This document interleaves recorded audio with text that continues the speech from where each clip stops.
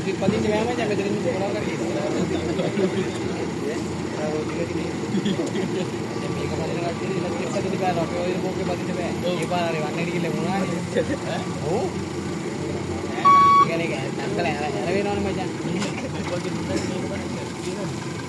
මේක දුන්නා මේකට මේ දුන්නේ රතු පාට ඒක ටච් දාලා සෝදේ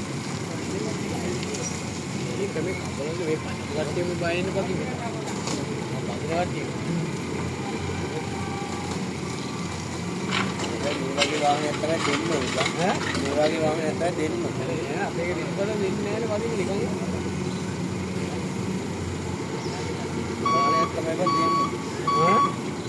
ඕ අර අර පාටක දින මේ උද එක පොත ගාගෙන යන පාරක් හොඳයි ගිය පාරක ඔය හොඳයි ගිය පාර වැද්දෝ